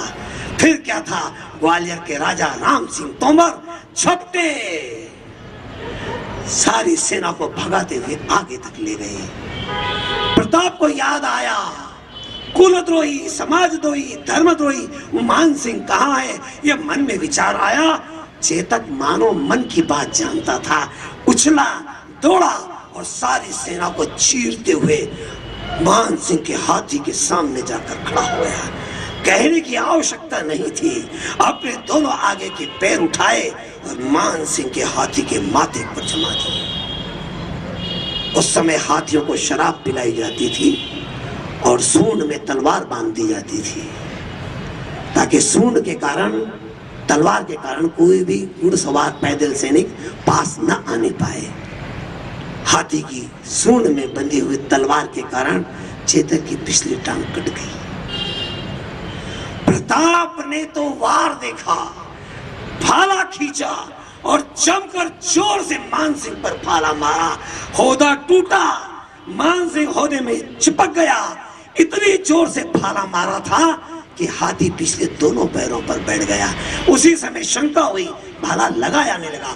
कटार निकाली, कटार निकालकर फेंक कर मारी, हाथी के शरीर में घुस गई। इनको लगा मान सिंह निपट गया, घोड़ा नीचे उतर गया, घोड़े को पीछे लिया, मन्ना झाला झपटते हुए आए। उस समय तक प्रताप को 7 घाव लगे थे, 3 तलवार के, 3 भाले के और 1 बंदूक का। राणा के शरीर से रक्त बह रहा था, घोड़े की टांग में रक्त बह रहा था। मन्ना झाला ने कहा, महाराणा, आपसे तय हुआ था दोपहरी तक युद्ध आप करेंगे, उसके बाद हम करेंगे। आप जाइए, रणनीति के अनुसार आपको जाना होगा। उन्होंने कहा, नहीं, मैं नहीं जा सकता। उन्होंने कहा, सुनो, एक राणा रहेगा तो सैकड़ों मेवाड़ बसा देंगे, एक मन्ना चला जाएगा तो सैकड़ों मन्ना पैदा हो जाएगा, आपको जाना होगा। ना करते थे। उसी समय उनका टोप और राज ध्वज अपनी पीठ पर लगाकर मन्ना झाला राणा प्रताप बनकर युद्ध करने लग गए। ऐसा युद्ध किया वीरों, ऐसा युद्ध किया कि वहां एक तलाई है जिसका नाम आज भी राता तलाई है। इतना रक्त बहाया कि वो तलाई खून से भर गई। और ग्वालियर के राजा राम सिंह तोमर इसने इतना गजब का युद्ध किया। इतिहासकार लिखता है कि माता सरस्वती ने उन शब्दों को निर्माण नहीं किया जिससे ग्वालियर के राजा का युद्ध का वर्णन हम लिख सके। लगभग 4 साढ़े 4 बजे होगी। अकबर बादशाह की सेना को हल्दी घाटी से खमनोर आज की तारीख में 7 किलोमीटर दूर तक भगाते हुए ले गए प्रताप की सेना। 4:30 बजे मानसिंह घायल अवस्था में वहां से अजमेर भाग गया और कह गया कि गोविंदा इनकी राजधानी उसे घेर लो। सेना वहां चल दी। इधर प्रताप निकले जंगल में, उनके पीछे 2 पठान मुल्तान खां और खुरासान, इनने पीछा किया। शक्ति सिंह आया तो था हल्दी घाटी के मैदान में, पर लड़ा नहीं था, सेना भी नहीं लड़ी थी उसकी। उसने देखा कि ये प्रताप जा रहे हैं और पीछे ये दोनों पठान हैं और भाई घायल है, रक्त रक्त को पुकार रहा था। बंदूक उठाई अपनी और दोनों पठानों को समाप्त कर दिया। उनके घोड़े साथ में लिए। तब तक चेतक उस नाले को पार करना चाहता था। प्रताप ने एड़ लगाई, 3 टांग पर घोड़ा चल रहा था, उछला, कूदा और नीचे गिर गया। प्रताप घोड़े से नीचे गिरे। तत्काल उसका सर अपनी गोद में लिया, उसकी आंखों में आंसू बह रहे थे।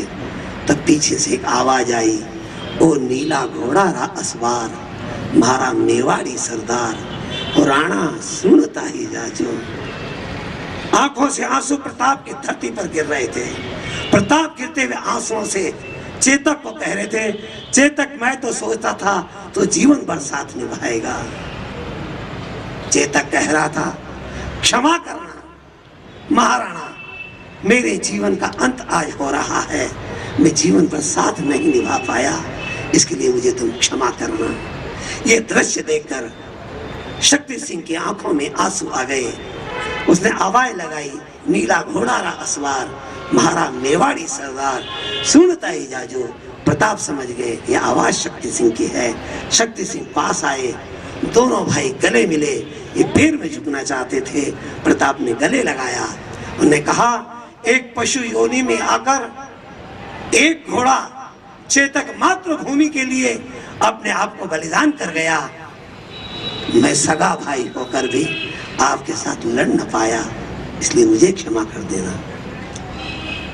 वीरों मित्रों, गोगोंदा के 22 रास्ते थे, सबको प्रताप ने सील कर दिए। एक भी सैनिक अकबर बादशाह का बाहर निकल नहीं सकता।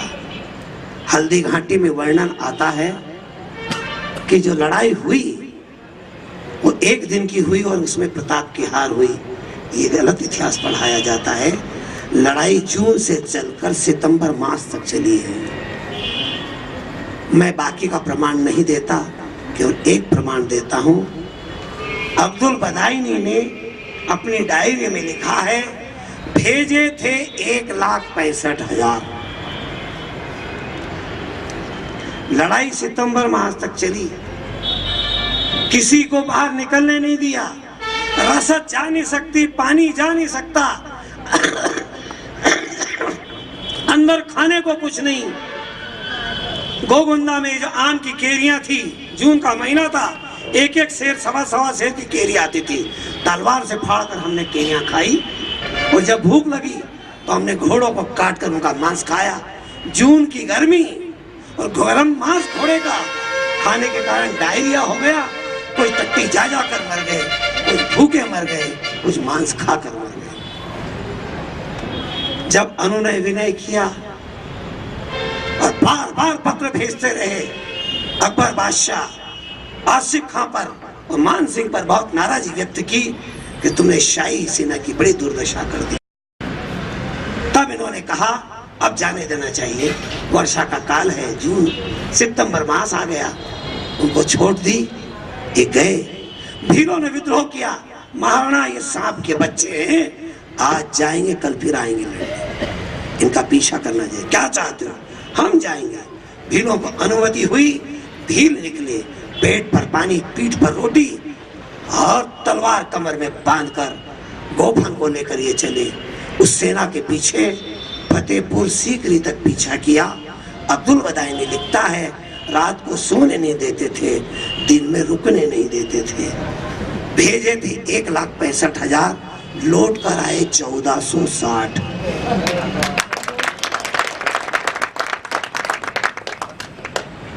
अब आप बताइए जीत किसकी हुई? बोलो ना। वहां रे मेरे देश तेरा विवेक कहाँ खो गया, वहां रे मेरे देश तेरा विवेक कहाँ खो गया। प्रताप तो हास्य पर, इतिहास में अकबर महान हो गया। चलिए कुछ छोटे छोटे प्रसंग सुनाकर अपनी बात पूरी करूंगा। छोटे छोटे प्रसंग। अकबर बादशाह का एक खजांची था, उसका नाम था अब्दुल रहीम खान खाना। जो आप दोहे पढ़ते हैं रहीमदास की, वही अब्दुल रहीम खान खाना। वो हर बार अकबर बादशाह को कहते थे, सम्राट बादशाह, जब प्रताप खुद लड़ता अपने से यहाँ आता नहीं, मेवाड़ में हम लड़ने जाते हैं, हम थाने जीत लेते हैं, किले जीत लेते हैं, बरसात आती है और फिर उसका कब्जा हो जाता है, अपने सैनिक मारे जाते हैं, धन बर्बाद होता है, क्यों लड़ते हैं? अकबर बादशाह अजमेर आया, उसने कहा जाओ अब्दुल रहीम खान खाना को बुलाओ। बुलाया अब्दुल रहीम, आदेश, एक सेना लेकर जाओ, मेवाड़ पर आक्रमण कर दो। अब अकबर बादशाह का आदेश मना कैसे करे? सेना लेकर चले।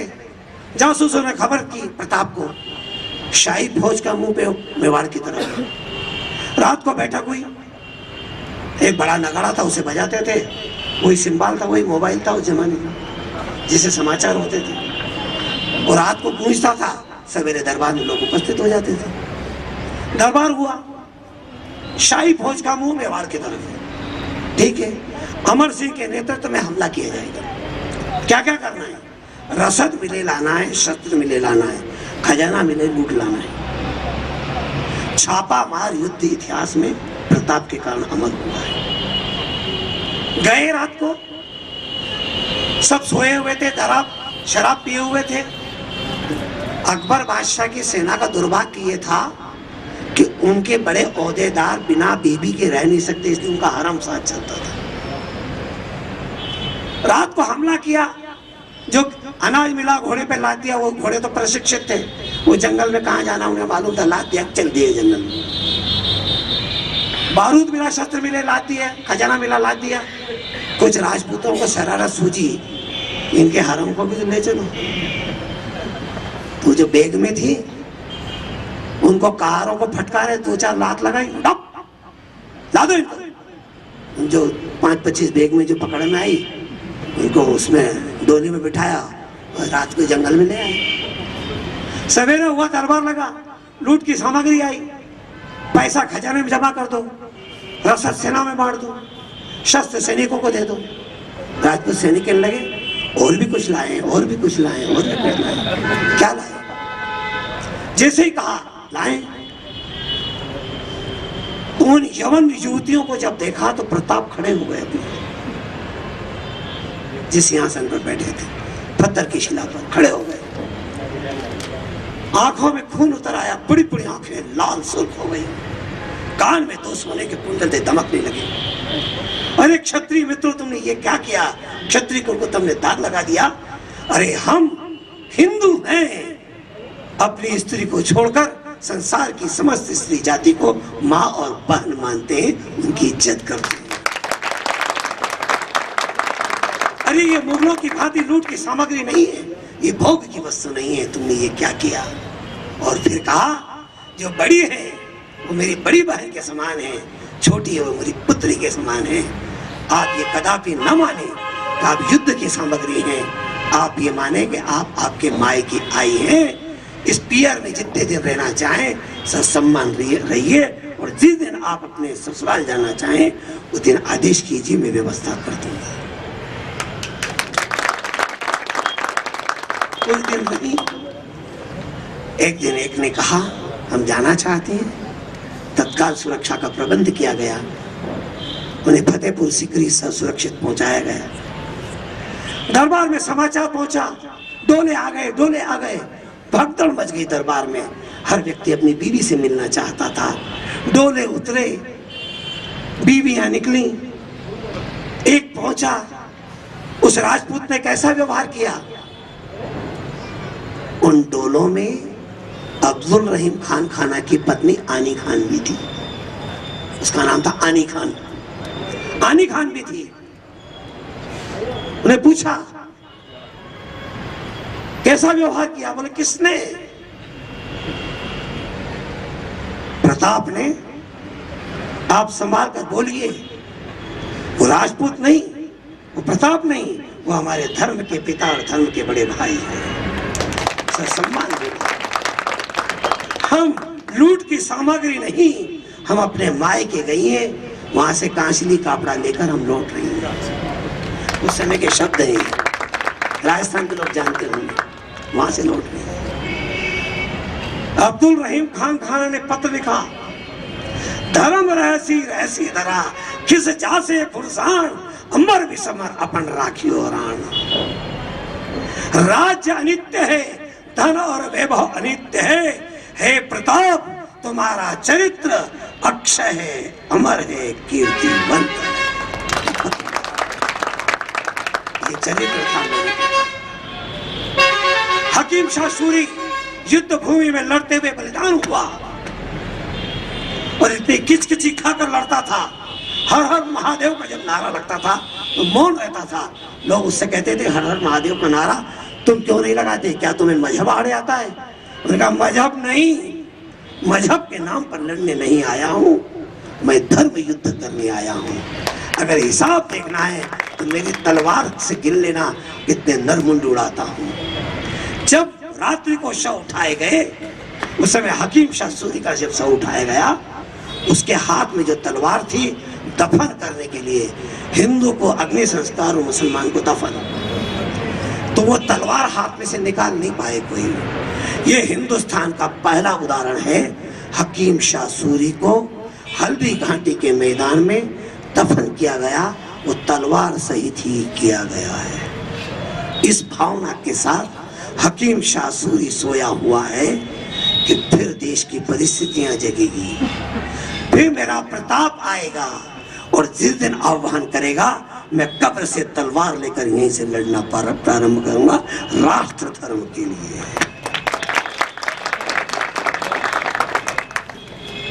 प्रताप निराश क्षण में आए, भामाशाह पहुंचे, 25 लाख रुपया और 25,000 स्वर्ण मुद्राएं दी। ये 25,000 सेना का 12 वर्ष का खर्च था। ये प्रताप का जीवन था। बस एक 3 मिनट का वर्णन दीवीर के युद्ध का करता हूं। 1582 दीवीर के युद्ध में आमने सामने की लड़ाई। सुल्तान खां कौरची अकबर का चाचा लड़ने के लिए आया। प्रताप सेना का नेतृत्व कर रहे थे, अमर सिंह आगे आगे चल रहे थे। अमर सिंह को कमान दी। एक और सरदार सोलंकी और दूसरी आर परिहार थे। प्रताप ने कहा, हाथी पर कौन है? उन्होंने कहा, अकबर का चाचा सुल्तान खां कौरची है। बोले, बराबरी की लड़ाई होती तो भाला उठाता, चलो अमर सिंह को लड़ने दो। आमना सामना हुआ और जैसे ही सुल्तान खां के सामने प्रताप का घोड़ा, चेतक नहीं नेतक शक्ति सिंह ने जो दिया था, उस पर उन्होंने कहा, परिहार। सोलंकी आवाज लगाई, दोनों सरदार उछले कूदे, धरती पर आए। दोनों ने हाथी पर अपने आड़े आड़े वार लिए। दोनों ने एक ही वार में दोनों हाथी के आगे के पैर काट डाले। ऐसे योद्धा हुआ करते थे अपने पुरखे। सुल्तान खां ऊपर से घोड़े पर, हाथी पर से कूदा, एक घुड़सवार को धक्का मारा, घोड़े पर बैठा, भागा। अमर सिंह से आमना सामना हुआ। अमर सिंह ने भाला मारा, सुल्तान खां के आर पार हो गया, घोड़े से नीचे गिर पड़ा। प्रताप लड़े नहीं। प्रताप सुल्तान खां के पास पहुंचे। को मियां, क्या मिजाज है? सुल्तान खां ने कहा, जिसने मुझे भाला मारा है उस वीर के दर्शन करा दो, हमने जाना चाहता। प्रताप ने एक सरदार को भेजा, जाओ अमर सिंह को बुलाओ। अमर सिंह युद्ध रथ थे, उन्हें दूसरे सरदार को भेजा कि महाराणा की क्या आज्ञा है, लेकर आओ। उन्होंने आते से कहा, ये सुल्तान खाने का, ये तो पीठ दिखाकर भाग गया था, ये नहीं। अमर सिंह आए, संध्या का समय था, युद्ध पूर्ण हो रहा था। बोले क्या चाहते हो सुल्तान खां? बोला हाँ ये, हाँ बोले ये मेरा पुत्र है। बोले इसी वीर के भाले से मैं घायल हूं। बोले मेरा भाला निकलवा दो। तो ये भाला तो तुम्हारे सरदार निकाल सकते हैं, मुगल सरदारों का निकाल लो भाला। पास जाते थे, भाले को हाथ लगाते तो वापस आ जाते थे। अमर सिंह को कहा प्रताप ने कहा अमर सिंह भाला निकालो। अमर सिंह गए, दाहिना पैर उठाया, उसकी छाती पर पैर रखने वाले थे। प्रताप ने कहा अमर सिंह युद्ध भूमि में आया योद्धा है, उसके सीने पे पैर रखकर युद्ध वीर का अपमान मत करो, अपने हाथ से भाला निकालो। अमर सिंह पास गए, भाले को पकड़ा, एक झटका दिया, भाला निकाल दिया। ऐसा योद्धा वीर पुत्र था अमर सिंह प्रताप का। और प्रताप कैसे बलशाली थे, इसे अगर समझना है तो बहलोल खां इक्का, मुगल सरदार, घोड़े पर बैठे हुआ, लोहे का टोप जिराकर, बख्तर पहने हुए, कवच पहने हुए प्रताप के सामने आया। प्रताप अपने दोनों रकाब पर, घोड़े पे जो बैठते हैं जिसमें पैर रहते हैं, रकाब पर खड़े हुए अपने 5 फीट का खांडा उठाकर कंधे पर से जो बहलोल खां को मारा। बहलोल खां ठीक 2 फाड़ होते हुए, कवच को काटते हुए, जीरा बख्तर को काटते हुए, बहलोल खां इक्का का दाहिना हिस्सा एक तरफ, बायां हिस्सा एक तरफ, और घोड़े सहित, घोड़े का मुंह एक तरफ और पूंछ एक तरफ, 2 फाड़ कर दी आदमी सहित। ऐसा योद्धा था प्रताप, मेरा युद्ध के मैदान।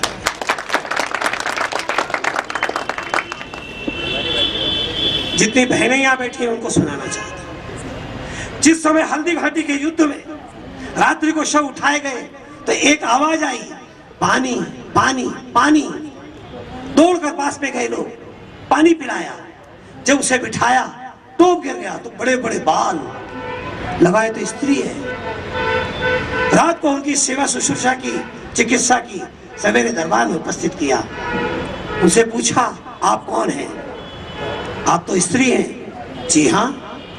युद्ध में लड़ने क्यों आई आप?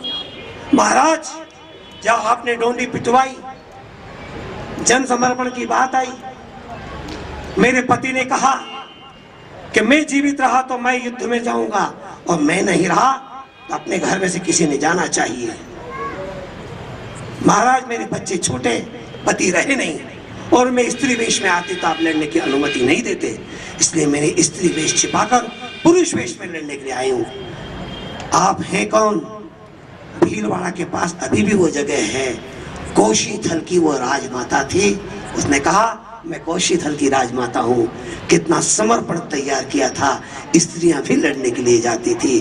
और जो पत्र भेजा गया था, उस पत्र को लेकर गया था तो वो किरण देवी गई थी, जो अकबर की छाती पर बैठी थी। कहानी आपने सुनी होगी। समय की सीमा कम है, इसलिए मैं इसको यही पूरा कर रहा हूँ। वो कौन थी? वो शक्ति सिंह की बेटी प्रताप की सगी भतीजी थी। कैसा समर्पण! इतना ही नहीं मित्र, प्रताप बहुत अच्छे कवि थे, बहुत अच्छे कवि थे। उन्होंने 2 काव्य संग्रह लिखे हैं, दुर्सा आड़ा और पद्मिनी रासो। उनके दरबार में 3 कवि बैठते थे, चक्रपाणी, रामा साधो और हेमेंद्र सूरी।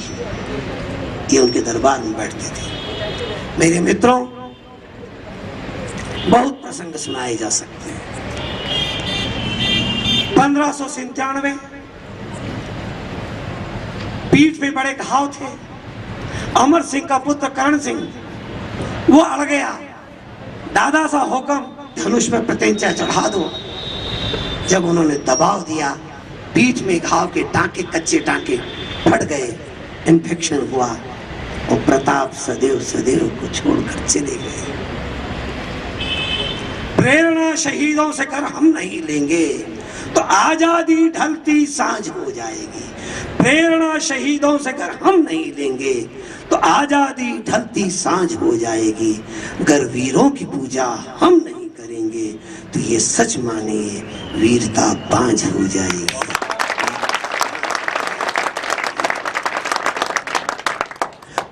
दिया देश को जीवन, देश तुम्हें क्या देगा। तुमने दिया देश को जीवन, देश तुम्हें क्या देगा। हे प्रताप, अपनी आग तेज करने को बस नाम तुम्हारा लेगा, बस नाम तुम्हारा लेगा, बस नाम तुम्हारा लेगा। नमन उन्हें मेरा शतबार, सूख रही है बोटी बोटी, मिलती नहीं घास की रोटी। जो लिखते इतिहास देश का, सह कर कठिन क्षुधा की मार। नमन उन्हें मेरा शतबार, नमन उन्हें मेरा शतबार, नमन उन्हें मेरा शतबार। जिनकी चढ़ती हुई जवानी, खोज रही अपनी कुर्बानी। जलन एक जिनकी अभिलाषा, मरण एक जिनका त्योहार। नमन उन्हें मेरा शतबार, नमन उन्हें मेरा शतबार, नमन उन्हें मेरा शतबार। आप सोचते होंगे विजय हुई ये कहाँ लिखा है? जगन्नाथ मंदिर शिलालेख पर आज भी लिखा है प्रताप की विजय। छत्री शिलालेख पर लिखा है प्रताप की विजय हुई। सुरखंड शिलालेख पर लिखा है प्रताप की विजय हुई। राज रत्न पर लिखा है प्रकाश प्रताप की विजय हुई। राज रत्न प्रकाश पर लिखा है प्रताप की विजय। जगन्नाथ राय प्रशस्ति पर लिखा है प्रताप की विजय हुई। राज रत्नाकर पर लिखा है प्रताप की विजय हुई। आप सोचेंगे हमको इतिहास पढ़ना है, कहाँ मिलेगा? तो आपको डॉक्टर देव कोठारी पढ़ना पड़ेगा, आपको गौरी शंकर हरिलाल ओझा पढ़ना पड़ेगा, आपको गोपीनाथ पालीवाल पढ़ना पड़ेगा, जगन्नाथ राज पुरोहित पढ़ना पड़ेगा, इंदौर के राम सिंह शेखावत पढ़ना पड़ेगा, कर्नल टांट पढ़ना पड़ेगा, राजशेखर व्यास पढ़ना पड़ेगा। आओ मेरे मित्रों, एक नौजवान चला, गुजरात गया, गांधी के आश्रम साबरमती पहुंचा। वहां उसने बहुत सारी चीजें देखी और कहा कि ये एक पेटी के अंदर क्या रखा हुआ है। उन्होंने कहा ये वो रस्सी है जिससे गांधी जी अपनी बकरी को बांधते थे, जिसका बकरी का दूध पीते थे। ये ऐतिहासिक रस्सी है जो यहाँ रखी हुई है। वही व्यक्ति पौनार गया, वहां उसने देखा ये क्या है, ये चरखा और तकली है विनोबा जी की, ये सुरक्षित है, ये इतिहास की वस्तु है, ये हमारी प्रेरणा है। वही व्यक्ति इलाहाबाद गया, इलाहाबाद पहुंचा, आनंद भवन गया, जहाँ जवाहरलाल नेहरू रहते थे। वहाँ एक कांच की छोटी पेटी देखी, उससे पूछा इसमें क्या रखा है? बोले ये जवाहरलाल नेहरू की शेरवानी का बटन है। एक बार वो गुलाब का फूल लगा रहे थे, ये बटन टूट गया था, उसको यहाँ सुरक्षित रखा है, ये हमारी प्रेरणा है। तब मुझे याद आता है कि बकरी के गले में बांधने वाली रस्सी भारत की प्रेरणा बन जाए, जब तकली और चरखा भारत की प्रेरणा बन जाए, जब शेरवानी का बटन भारत की प्रेरणा बन जाए, तो देश के अंदर भ्रष्टाचार होगा और नेता रोज प्रतिदिन देश को खाएंगे। अगर काश रस्सी ही दिखाना थी तो भगत सिंह के फांसी के फंदे की रस्सी दिखाई, अगर तकली ही दिखाना थी तो छत्रपति शिवाजी के तलवार, राणा प्रताप की तलवार दिखाई होती, अगर बटन ही दिखाना था तो मेरे भगत सिंह के हाथ का वो मौजा दिखाया होता। तो मैं दावे के साथ आज कहता हूं, भारत के अंदर आतंकवाद जन्म नहीं ले सकता था। भगत सिंह की शहीदी पर हम महापुरुषों से प्रेरणा लें और आने वाला इतिहास अपना लिखे। इतनी ही प्रार्थना करते हुए अपनी वाणी को विराम देता हूं। वंदे मातरम। भारत माता। प्रताप तुम पुनः आओ, तुम देश के प्रताप हो, तुम इस देश का मान हो, स्वाभिमान हो, ज्ञान हो, विज्ञान हो। इस देश में आओ। विज्ञान क्यों कह रहा हूं मैं, आपको सुनकर आश्चर्य होगा। मैंने बीच में प्रसंग बताया था कि जब घोड़े लड़ने जाते थे, हाथी की सूंड में तलवार बांध दी जाती थी। प्रताप ये समझ गए थे, पर प्रताप ने पशु विज्ञान का अध्ययन किया और विचार किया, हाथी कभी भी हाथी के बच्चे को नहीं मारता। इसलिए उन्होंने सांकल की सूंड बनवाई, उस पर चमड़ा चढ़ाया और घोड़े के ऊपर उसको लगा दिया। हाथी की आंखें बाजू में होती है, तो वो हाथी को, घोड़े को हाथी की सूंड देखकर हाथी को हाथी का बच्चा समझता है, उसे मारता नहीं है। अगर आप उदयपुर जाएं, वहां का जो भित्ति चित्र है दीवार पर, जिसमें हल्दी घाटी का चित्र है, उसमें चेतक सूंड वाला है, उसमें राम सिंह का हाथी सूंड वाला है। ऐसे कई हाथी सूंड वाले हैं। ये पशु विज्ञान का अध्ययन मेरे प्रताप ने किया था, ये विज्ञान उसने विकसित किया था। ऐसे कई प्रसंग हैं, पर आज समय की सीमा के अभाव के कारण मैं सुना नहीं पा रहा हूँ, क्योंकि जैसे क्रिकेट में विकेट गिरते हैं, यहाँ पर भी कुछ विकेट बीच बीच में गिर रहे थे, उसका मेरे मन पर प्रभाव होता है। मैं अपनी बात हृदय से कहता हूँ, हो सकता है किसी को ठीक लगे न लगे, पर जो सच है वो मैंने सामने रखी है, क्योंकि किसी को बुरा लगे तो लगे, मैं तो आईना हूँ, सत्य दिखाने का काम करता हूँ। वंदे मातरम। ज्योतिपुंज की ओर से मैं मनीष कश्यप जी का आग्रह करता हूँ कि आदरणीय भाई सबको प्रतीक चिन्ह देकर सम्मान करें। सभी ताली बजाकर अतिथियों का सम्मान करें। मनीष जी से आग्रह है। सीधा है मेरे उल्टा हो गया था। नरेंद्र सिंह जी का भी सम्मान किया जाना है। अवधेश जी दवे जी का सम्मान करें। संस्था ज्योतिपुंज की ओर से सम्मानीय हुकुमचंद जी कश्यप जी का सम्मान। हमारे बीच में हमारे बड़े भाई श्री अश्विनी जी शुक्ल, जो पार्षद है 18 नंबर वार्ड से, आपको ये सम्मान।